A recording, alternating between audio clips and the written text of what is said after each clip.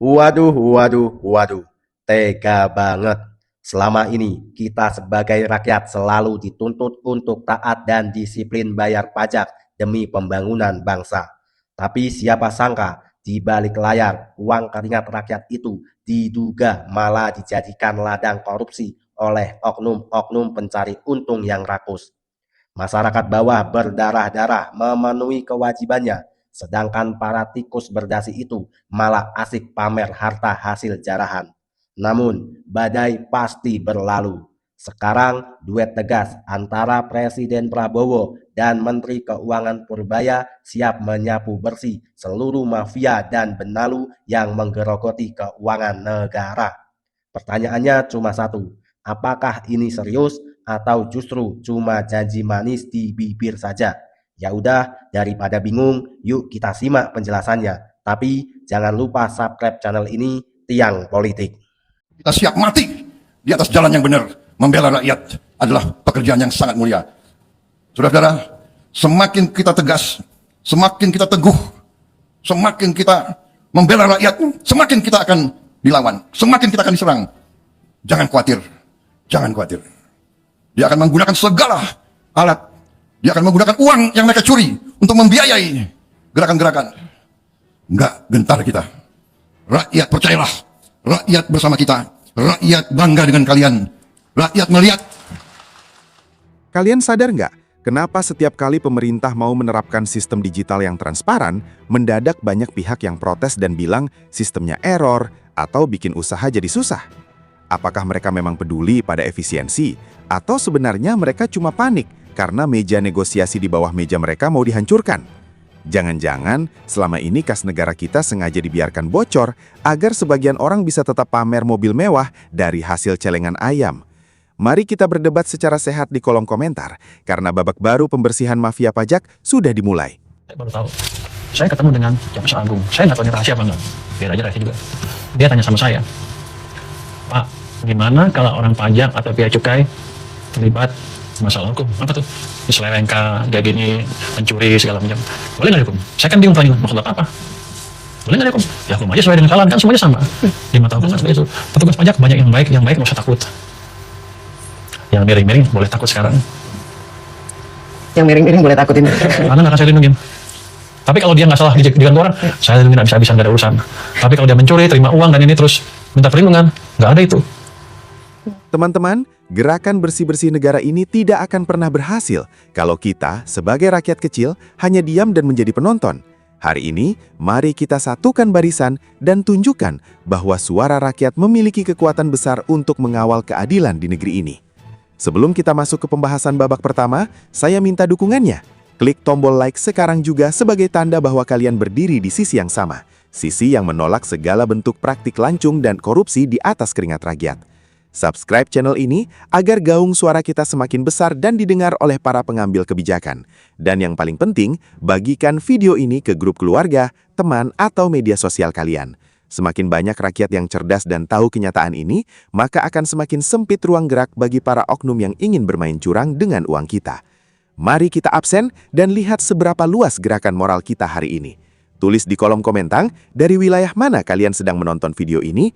Mari kita tunjukkan kalau dari ujung barat sampai ujung timur, rakyat Indonesia kompak mengawasi aset negara.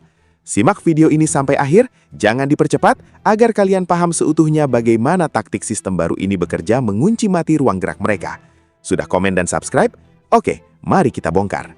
Teman-teman, mari kita bersama-sama mendukung langkah berani Presiden Prabowo dalam memperbaiki sistem ekspor kita yang selama ini telah merugikan negara karena banyaknya kebocoran.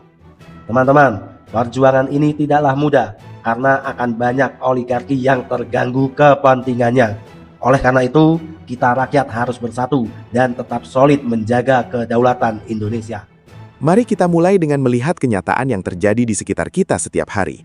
Sebagai rakyat biasa, kita semua pasti sangat akrab dengan yang namanya kewajiban. Setiap kali kita membeli pulsa untuk berkomunikasi, berbelanja kebutuhan pokok di minimarket, atau melihat potongan di slip gaji bulanan, tak ada satu hal yang tidak pernah absen, yaitu potongan pajak. Nilainya mungkin terlihat kecil bagi sebagian orang, tetapi bagi buruh pabrik yang gajinya pas-pasan, bagi karyawan kantoran yang harus menghitung setiap rupiah demi cicilan rumah, atau bagi pelaku UMKM yang berjuang di pinggir jalan, uang itu sangat berarti. Kita menyerahkan sebagian dari hasil keringat kita dengan satu harapan yang sangat sederhana, yaitu agar uang itu kembali dalam bentuk fasilitas publik yang layak, sekolah yang bagus untuk anak-anak kita, jalanan yang aman, dan pelayanan kesehatan yang memanusiakan manusia. Kita melakukannya dengan patuh, karena kita percaya pada sistem gotong royong dalam bernegara. Namun, rasa ikhlas dan kepatuhan itu seringkali berubah menjadi rasa getir ketika kita membuka media sosial atau membaca berita. Di satu sisi, masyarakat luas diminta untuk terus mengencangkan ikat pinggang karena situasi ekonomi yang sedang tidak menentu. Tetapi di sisi lain, kita justru sering disuguhi pemandangan ajaib tentang gaya hidup bergelimang fasilitas mewah yang diduga dipamerkan oleh oknum-oknum yang seharusnya menjadi penjaga gawang pendapatan negara. Sungguh sebuah ironi yang menyakitkan hati. Rakyat kecil diperiksa sampai detail terkecil agar tidak kurang Rp1 pun dalam membayar kewajiban. Sementara, ada dugaan bahwa di pintu-pintu ekonomi kita justru terjadi kompromi yang menguntungkan segelintir pihak. Tentu kita perlu selalu berprasangka baik, siapa tahu harta melimpah dan koleksi kendaraan mewah itu didapatkan dari hasil menabung sejak zaman sekolah dasar. Kemampuan menabung yang sangat luar biasa, bukan? Fenomena pamer kemewahan di tengah kesulitan hidup masyarakat banyak ini bukan sekedar masalah kecemburuan sosial, melainkan sebuah luka sosial yang sangat mendalam. Hal ini membuat munculnya persepsi yang kuat di tengah publik bahwa ada yang salah dengan sistem pengawasan kita selama bertahun-tahun. Masyarakat mulai merasakan adanya ketimpangan rasa keadilan yang nyata. Publik sering menganalogikan kas negara kita ini seperti sebuah bak mandi raksasa. Rakyat dari berbagai penjuru tanah air bekerja keras setiap hari untuk mengisi bak mandi tersebut dengan air melalui pembayaran pajak dan bea masuk. Namun masalahnya adalah bak mandi ini diduga memiliki begitu banyak kebocoran di bagian bawahnya. Akibatnya, sekeras apapun rakyat mengisi air tersebut, bak mandi itu tidak pernah penuh dan airnya justru merembes keluar untuk mengisi kolam-kolam pribadi milik oknum yang tidak bertanggung jawab. Selama ruang-ruang gelap yang mengizinkan adanya penilaian subjektif manusia ini masih ada, maka selama itu pula celah untuk melakukan transaksi di bawah meja akan tetap terbuka lebar. Ketidakpercayaan inilah yang menjadi tantangan terbesar bagi bangsa kita, karena jika fondasi kepercayaan masyarakat terhadap institusi pengelola keuangan negara sudah goyah, maka sistem pembiayaan pembangunan kita juga berada dalam posisi yang berbahaya. Inilah realita lapangan yang selama ini membuat kita semua mengelus dada, dan menjadi alasan kuat mengapa perubahan sistemik yang radikal sudah tidak bisa ditunda-tunda lagi. Sekarang bagaimana menurut teman-teman? Apakah para oknum itu harus kita maafkan asalkan mereka mau berubah? Atau justru hukum harus tetap berjalan tegas demi keadilan? Coba tulis pendapat kalian di kolom komentar secara baik-baik. Dan mari kita kawal terus uang negara agar digunakan dengan benar. Salam damai untuk seluruh rakyat Indonesia. Melihat situasi yang penuh dengan kebocoran dan luka sosial tersebut, angin perubahan akhirnya mulai berembus kencang. Disinilah kita melihat urgensi dari hadirnya sebuah ketegasan yang nyata dari pucuk pimpinan tertinggi. Presiden Prabowo sejak awal mengambil posisi yang sangat jelas dan tanpa kompromi mengenai nasib pendapatan negara. Beliau menegaskan bahwa setiap rupiah yang hilang akibat manipulasi dokumen, penurunan nilai laporan barang, atau penyelundupan bukan lagi sekadar masalah ketidakpatuhan administrasi, melainkan sebuah bentuk pengkhianatan nyata terhadap kedaulatan bangsa. Sudut pandang ini mengubah segalanya. Ketika kebocoran kas negara dianggap sebagai ancaman bagi ketahanan nasional, maka seluruh kekuatan penegak hukum mulai dari kepolisian, kejaksaan, hingga lembaga intelijen diperintahkan untuk berdiri tegak mengawal setiap sen yang seharusnya masuk ke kas negara. Namun, ketegasan politik dari seorang presiden tentu tidak akan berarti apa-apa tanpa adanya eksekutor yang andal di lapangan. Disinilah peran penting Menteri Keuangan Purbaya sebagai seorang teknokrat yang metodis dan berani. Beliau menyadari betul bahwa cara terbaik untuk membersihkan sebuah ruangan yang kotor bukanlah dengan sibuk memburu debunya satu persatu, melainkan dengan menyalakan lampu sorot berskala raksasa agar tidak ada lagi sudut gelap yang bisa dijadikan tempat bersembunyi. Senjata pamungkas yang dibawa oleh Menkeu Purbaya untuk merobohkan tembok zona nyaman para oknum ini adalah sebuah transformasi digital yang disebut dengan sistem satu pintu. Bagi orang awam, istilah ini mungkin terdengar rumit, tetapi konsepnya sebenarnya sangat sederhana. Mari kita bayangkan sistem manual lama sebagai sebuah pasar tradisional yang ramai, di mana pembeli dan penjual bisa tawar-menawar harga dengan bebas. Dalam sistem birokrasi yang lama, interaksi langsung secara tatap muka antara wajib pajak atau importir dengan petugas di lapangan seringkali menciptakan situasi yang penuh dengan dilema moral.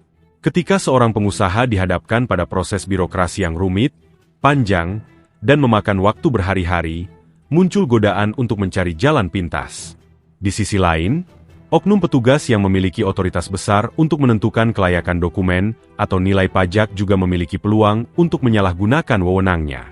Pertemuan dua kepentingan inilah yang selama puluhan tahun melahirkan apa yang kita kenal sebagai uang pelicin, gratifikasi, dan kong-kali-kong yang merugikan kas negara.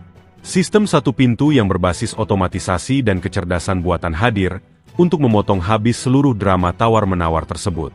Dengan sistem baru ini, seluruh interaksi tatap muka dipangkas hingga mendekati nol. Ketika ada barang masuk atau dokumen pajak yang harus diurus, semuanya langsung dimasukkan ke dalam sistem digital. Dokumen diperiksa oleh sistem algoritma komputer yang objektif. Penilaian risiko dilakukan berdasarkan rekam jejak digital yang tidak bisa dimanipulasi, dan seluruh nominal pembayaran langsung masuk ke rekening resmi negara melalui jalur elektronik yang terenkripsi. Tidak ada lagi ruang untuk berkumpul di sudut ruangan, sambil berbisik-bisik menghitung angka damai. Kasihan sekali ya para oknum ini. Meja negosiasi favorit mereka sekarang harus digantikan oleh layar monitor yang transparan dan tidak bisa diajak kompromi. Sinergi kuat antara ketegasan Presiden Prabowo dan presisi data dari Menkeu Purbaya ini, laksana sebuah mesin buldozer baru bagi reformasi ekonomi nasional. Selama ini kita sering melihat pemimpin yang punya niat baik tetapi tidak menguasai detail teknis. Atau sebaliknya, ada ahli yang punya konsep hebat di atas kertas tetapi ciut nyalinya ketika harus berhadapan dengan gurita kepentingan. Duet ini mendobrak kebuntuan tersebut. Setiap kali sistem digital mendeteksi adanya simpul kecurangan, perlindungan politik penuh langsung diberikan untuk melakukan tindakan tegas tanpa melihat siapa orang kuat yang berdiri di belakangnya. Di hadapan kepentingan negara dan kesejahteraan rakyat, semua pihak dipaksa untuk setara. Sistem baru ini mengirimkan pesan yang sangat jelas kepada dunia bahwa hari-hari di mana aturan bisa diatur dengan uang telah berakhir. Dan sistem digital ini bertindak sebagai benteng kokoh yang menjaga agar darah ekonomi kita tidak lagi diisap oleh para penumpang gelap. Tentu saja, ketika sebuah rumah yang tadinya gelap gulita mendadak dipasang lampu sorot yang sangat terang, mereka yang terbiasa bermain di dalam kegelapan pasti akan merasa sangat panik dan tidak nyaman. Hal inilah yang sekarang sedang terjadi di lingkungan birokrasi dan jaringan usaha kita. Jangan heran jika dalam proses transisi menuju sistem digital yang super ketat ini, muncul berbagai bentuk perlawanan dan resistensi dari sana-sini. Mulai dari alasan teknis bahwa sistem komputernya sering mengalami gangguan, keluhan dari asosiasi-asosiasi tertentu yang mendadak merasa proses usahanya menjadi terhambat, hingga upaya sabotase halus di dalam internal institusi itu sendiri. Mereka mencoba mengulur waktu dengan harapan pemerintah akan lelah dan kembali ke cara-cara lama yang penuh kompromi. Namun, disinilah letak ujian sesungguhnya bagi komitmen pemerintah. Menkeu Purbaya menunjukkan ketenangan yang luar biasa dengan tidak bergeming sedikitpun menghadapi tekanan-tekanan tersebut. Setiap kendala teknis diselesaikan dengan solusi berbasis data, sementara oknum internal yang sengaja memperlambat jalannya sistem baru langsung diberikan sanksi tegas tanpa ampun. Transparansi total ini membuat pihak-pihak yang ingin bermain curang kehilangan pijakan hukum mereka. Mereka laksana ikan yang dikeluarkan dari air, menggelepar karena ruang gerak yang selama puluhan tahun menghidupi mereka kini telah dikunci mati oleh kecanggihan teknologi. Perubahan radikal ini bukan hanya sekedar urusan bersih-bersih internal, melainkan sebuah perjuangan besar untuk mengembalikan rasa keadilan yang hakiki bagi seluruh rakyat Indonesia. Selama ini masyarakat sudah terlalu lelah melihat tontonan hukum yang dirasa tumpul ke atas dan tajam ke bawah. Ada perasaan getir yang mendalam ketika melihat seorang pelaku pencurian kecil langsung dihukum berat dan dihakimi massa. Sementara oknum yang menilap uang negara hingga miliaran atau triliunan rupiah masih bisa tersenyum lebar menghadap kamera televisi sambil mengenakan rompi khusus, seolah-olah tidak ada penyesalan sama sekali di dalam hatinya. Belum lagi adanya persepsi publik bahwa fasilitas di dalam lembaga pemasyarakatan bagi mereka terkadang menyerupai fasilitas hotel berbintang yang nyaman. Kondisi inilah yang memicu lahirnya sebuah aspirasi dan desakan yang sangat kuat dari masyarakat luas. Jangan hanya memberikan hukuman kurungan badan, tetapi miskinkan para pelaku korupsi secara mutlak dan menyeluruh. Tuntutan ini berkembang bukan sebagai ajakan untuk melakukan tindakan anarkis, melainkan sebagai desakan agar instrumen hukum seperti Undang-Undang Tindak Pidana Pencucian Uang dan Penyitaan Aset diterapkan secara maksimal tanpa pandang bulu. Rakyat ingin melihat seluruh harta benda, kendaraan mewah, dan aset properti yang tidak bisa dibuktikan asal-usulnya secara sah segera disita oleh negara. Aset-aset tersebut harus dikembalikan fungsinya untuk membiayai program kesejahteraan, kesehatan, dan pendidikan gratis bagi anak-anak miskin. Biarkan para oknum tersebut merasakan bagaimana rasanya menjadi rakyat biasa yang harus memeras keringat setiap hari hanya untuk mencari sesuap nasi, agar ada efek jera yang tertanam kuat di dalam sanubari siapapun yang berniat mencuri uang negara di masa depan. Dampak positif dari ketegasan duet kepemimpinan ini pun perlahan mulai diakui oleh komunitas internasional dan para investor global. Citra bahwa Indonesia adalah tempat yang berisiko tinggi untuk berinvestasi karena banyaknya biaya siluman yang tidak terprediksi kini mulai bergeser. Para pelaku usaha yang jujur, baik dari dalam maupun luar negeri, sangat menyambut baik reformasi ini karena mereka akhirnya mendapatkan kepastian hukum dan efisiensi biaya. Mereka tidak perlu lagi menyiapkan anggaran khusus untuk uang pelicin demi kelancaran logistik mereka. Ketika iklim usaha menjadi sehat dan kompetisi berjalan dengan adil, maka investasi yang berkualitas akan berbondong-bondong masuk.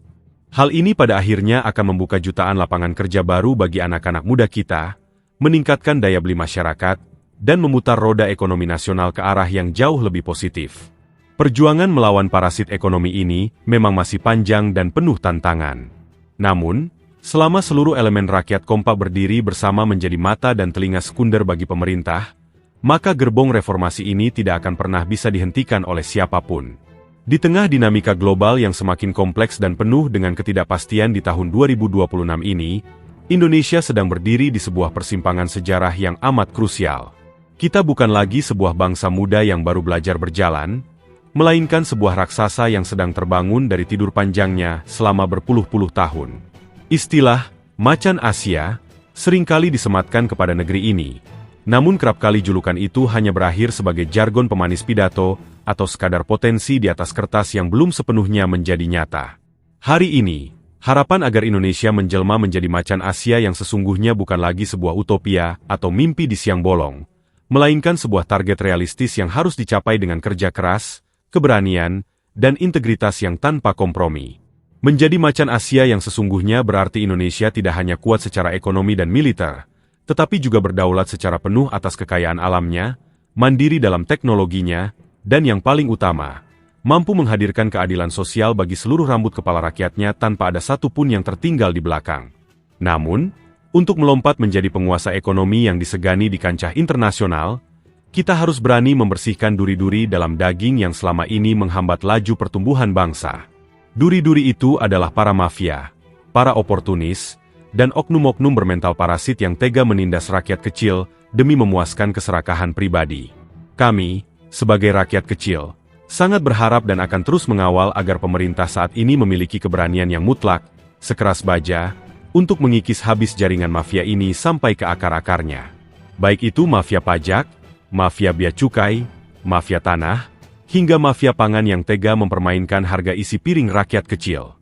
Kami bermimpi melihat sebuah Indonesia di mana tidak ada lagi ruang bagi negosiasi di bawah meja, sebuah Indonesia di mana hukum tidak bisa dibeli dengan seonggok uang pemanis, dan sebuah negeri di mana hak-hak seorang petani, buruh, maupun pedagang kaki lima dilindungi dengan taruhan marwah negara. Pemerintah yang kuat adalah pemerintah yang tidak gentar berhadapan dengan tembok raksasa kepentingan modal ilegal, dan kita berdoa agar kekuatan spiritual serta politik selalu menyertai para pemimpin kita dalam mengeksekusi para perusak tatanan ekonomi ini. Satu instrumen hukum yang paling dinantikan dan menjadi tumpuan harapan seluruh rakyat Indonesia adalah segera disahkannya Undang-Undang Perampasan Aset. Ini bukan sekadar regulasi biasa, melainkan sebuah senjata pamungkas yang akan menjadi titik balik perjuangan melawan korupsi. Selama ini, hukuman penjara saja terbukti belum cukup memberikan efek jera yang maksimal. Para koruptor masih bisa hidup relatif nyaman, bahkan terkadang masih bisa mengendalikan pengaruh mereka dari balik jeruji besi, karena fondasi keuangan mereka masih kokoh di luar sana. Rakyat menginginkan sebuah keadilan yang nyata, miskinkan mereka secara total.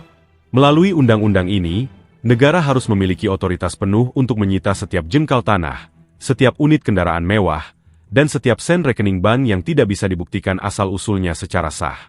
Biarkan harta hasil rampasan tersebut dilelang dan dialihkan sepenuhnya untuk membiayai sekolah gratis, membangun rumah sakit berkualitas di daerah terpencil, dan memberikan modal bagi pelaku UMKM.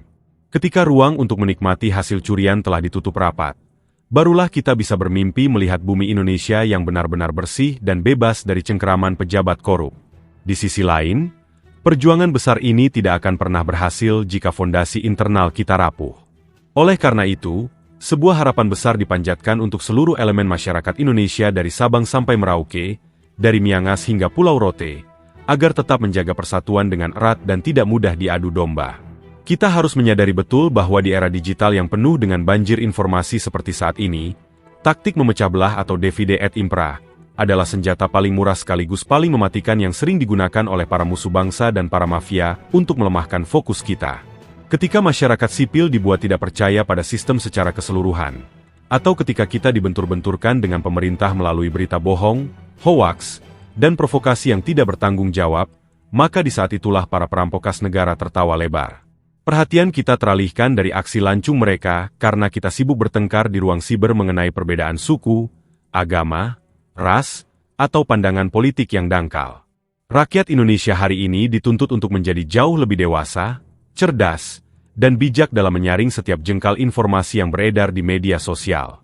Jangan biarkan jempol kita menjadi alat bagi oknum tidak bertanggung jawab untuk menyebarkan kebencian antar saudara. Kritik terhadap jalannya pemerintahan tentu sangat bagus dan dijamin oleh undang-undang.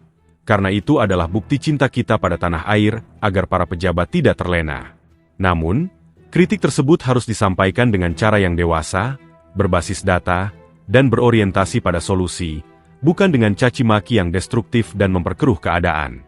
Kita harus ingat bahwa jika terjadi instabilitas atau kerusakan besar pada tatanan negara akibat provokasi, maka pihak yang paling pertama dan paling parah menanggung ruginya adalah kita sendiri, rakyat kecil yang hidupnya bergantung pada perputaran roda ekonomi sehari-hari. Kita adalah satu darah, satu takdir, dan satu masa depan. Ketika kita bersatu, suara kita adalah guntur yang menakutkan bagi para koruptor. Namun ketika kita bercerai-berai, kita hanyalah mangsa empuk bagi keserakahan mereka. Sembari kita merajut persatuan di akar rumput, kita juga wajib memberikan apresiasi, pujian, dan dukungan moral yang setinggi-tingginya kepada para pemimpin bangsa yang saat ini sedang berdarah-darah di garis depan, mengorbankan waktu, energi, dan keselamatan mereka demi kemakmuran seluruh rakyat Indonesia. Menjadi pemimpin yang lurus, jujur, dan berintegritas di tengah sistem yang sempat terkontaminasi oleh kebiasaan lama adalah sebuah tugas yang sunyi, berat, dan penuh risiko. Mereka yang berani menyalakan lampu sorot transparan di tengah kegelapan pasti akan dimusuhi oleh mereka yang selama ini diuntungkan oleh situasi yang buram. Oleh karena itu, kita panjatkan doa yang paling tulus kepada Tuhan Yang Maha Esa agar para pemimpin kita yang bersih, baik di jajaran eksekutif, legislatif, maupun yudisial, selalu diberikan kesehatan yang prima, ketajaman berpikir, serta keberanian yang tidak pernah padam sekeras baja. Semoga setiap langkah kebijakan yang mereka ambil selalu berorientasi pada perut rakyat yang lapar dan masa depan anak-anak yang ingin bersekolah. Lebih dari itu, kita berdoa dengan sungguh-sungguh agar para pemimpin kita senantiasa dijauhkan dan dilindungi dari lingkaran para pengkhianat bangsa. Pengkhianat bangsa ini seringkali berwujud musuh dalam selimut, orang-orang terdekat yang bermuka dua, yang di depan memasang wajah setia dan memuji-muji, namun di belakang sibuk membocorkan rahasia negara atau menjadi kaki tangan dari para mafia demi keuntungan pribadi. Semoga Tuhan memberikan radar spiritual kepada pemimpin kita agar mampu menyaring dan menyingkirkan orang-orang toksik serta bermental khianat dari lingkaran kekuasaan mereka. Biarkan lingkaran di sekeliling pemimpin kita diisi oleh para teknokrat yang jujur, para satria yang setia pada Pancasila, dan para pemikir yang hatinya bergetar setiap kali melihat penderitaan rakyat kecil. Dengan pembersihan sistemik yang konsisten melalui teknologi digital, pengesahan regulasi yang tegas, persatuan rakyat yang tidak tergoyahkan oleh hoaks, serta kepemimpinan yang bersih dari pengkhianat, tidak ada satupun kekuatan di dunia ini yang mampu menghalangi Indonesia untuk bangkit berdiri, mengaum dengan gagah, dan menduduki tahtanya yang terhormat sebagai macan Asia yang sesungguhnya. Merdeka! Oke teman-teman, terima kasih masih bersama Tiang Politik. Gimana teman-teman pendapatnya? Silakan tulis opini tajam kalian di kolom komentar. Tapi ingat teman-teman, gunakan bahasa yang baik, jangan mencaci maki siapapun. Teman-teman, sekarang saatnya kita berdiskusi dan beropini. Mari luangkan waktu kalian untuk berdiskusi di kolom komentar, teman-teman. Teman-teman, keberanian politik Presiden Prabowo dalam memosisikan kebocoran devisa sebagai ancaman terhadap kedaulatan negara adalah bukti kepemimpinan yang kuat. Beliau menunjukkan komitmen nyata bahwa hukum tidak boleh pandang bulu, bahkan terhadap orang terdekat sekalipun, jika terbukti merugikan uang rakyat.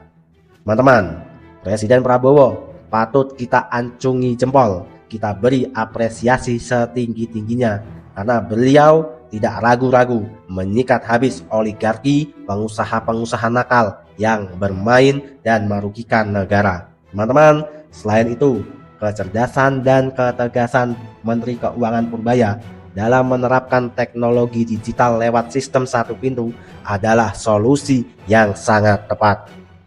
Dengan memotong interaksi tatap muka dan menyerahkan penilaian kepada sistem komputer, beliau berhasil menutup celah negosiasi di bawah meja yang selama ini menjadi sarang suap. Ketetapan hati beliau untuk tidak mundur meskipun menghadapi penolakan dan sabotase internal menunjukkan integritas seorang pelayan publik sejati. Kita semua tahu, teman-teman, Menteri Keuangan kita, Bapak Purbaya Yudi Sadewa, yang dikenal sebagai sosok yang bergaya koboi, ngomongnya ceplas-ceplos, ngomongnya apa adanya, tidak dibuat-buat. Beliau membuat rakyat menilai beliau merupakan simbol perubahan sistem lama yang kurang baik menjadi sistem baru yang lebih baik. Nggak tahu kenapa nama beliau, Menteri Purbaya, semakin dicintai rakyat, teman-teman. Mungkin karena beliau berbicara apa adanya, tidak dibuat-buat, tidak memikirkan pencitraan. Teman-teman, langkah tegas yang diambil oleh Presiden Prabowo dan Menteri Keuangan Purbaya dalam membenahi sektor perpajakan serta bea cukai merupakan sebuah terobosan besar yang patut didukung penuh oleh rakyat. Selama ini, teman-teman, ketidakadilan sangat dirasakan oleh masyarakat kecil. Rakyat dituntut untuk selalu taat membayar pajak, sementara di sisi lain ada oknum aparat justru yang memanfaatkan uang rakyat untuk memperkaya dirinya. Kebocoran anggaran ini jelas merugikan negara dan mencederai rasa keadilan sosial, teman-teman. Teman-teman, kita sebagai rakyat Indonesia tidak boleh hanya menjadi penonton saja. Karena, teman-teman, untuk melawan kekuatan oligarki, melawan pengusaha-pengusaha nakal, Presiden Prabowo tidak bisa sendirian. Beliau harus mendapatkan dukungan penuh dari seluruh rakyat Indonesia. Teman-teman, ketika Presiden Prabowo, ketika pemerintah sedang fokus melawan segala kekuatan yang selama ini membuat rakyat sengsara, pasti para mafia-mafia itu akan melakukan perlawanan balik. Para mafia-mafia itu akan mengeluarkan narasi-narasi yang membuat pemerintah dan rakyat tidak akur, membuat rakyat tidak percaya kepada pemerintah. Dan hal itu, teman-teman, membuat negara kita menjadi lemah. Fokus pemerintah akan terbagi. Akan banyak tuntutan dari rakyat yang sebenarnya rakyat tidak tahu apa itu maksudnya. Teman-teman, hati-hati, jangan sampai kita diadu domba, jangan sampai rakyat terpecah belah. Teman-teman, jangan mudah terprovokasi sama orang-orang yang saat ini selalu mengatakan berorasi demi rakyat. Kadang bisa saja diduga beliau berorasi bukan tentang rakyat, tapi tentang kantongnya sendiri, teman-teman. Hati-hati, tidak ada gunanya sesama rakyat Indonesia saling caci maki, tidak ada gunanya sesama warga negara kita saling mencela. Itu hanya membuat keadaan menjadi keruh. Tidak ada gunanya, teman-teman. Mengkritik pemerintah sangatlah boleh, tapi teman-teman, ingat, gunakan bahasa yang baik, jangan mencaci maki siapapun. Kita harus selalu menggaungkan narasi persatuan, teman-teman. Seperti channel ini dibuat, Tiang Politik, ingin membuat masyarakat Indonesia semakin teredukasi, semakin melek data, semakin melek politik, dan bisa bersama-sama menggerakkan narasi, menggaungkan narasi persatuan untuk seluruh rakyat Indonesia. Teman-teman, terima kasih sudah menyimak sejauh ini. Apabila ada salah-salahnya, saya mohon maaf. Terima kasih. Saya juga mendoakan teman-teman yang sudah subscribe channel ini, semoga teman-teman diberikan kesehatan, diberikan umur yang panjang, diberikan rezeki yang melimpah dan berkah, dan semoga apabila ada yang sakit, semoga penyakitnya segera diangkat. Apabila ada yang masih jomblo, semoga segera dipertemukan dengan jodohnya. Teman-teman, terima kasih. Saya admin Tiang Politik, mengucapkan sampai bertemu kembali di video selanjutnya. Terima kasih, merdeka, see you next time.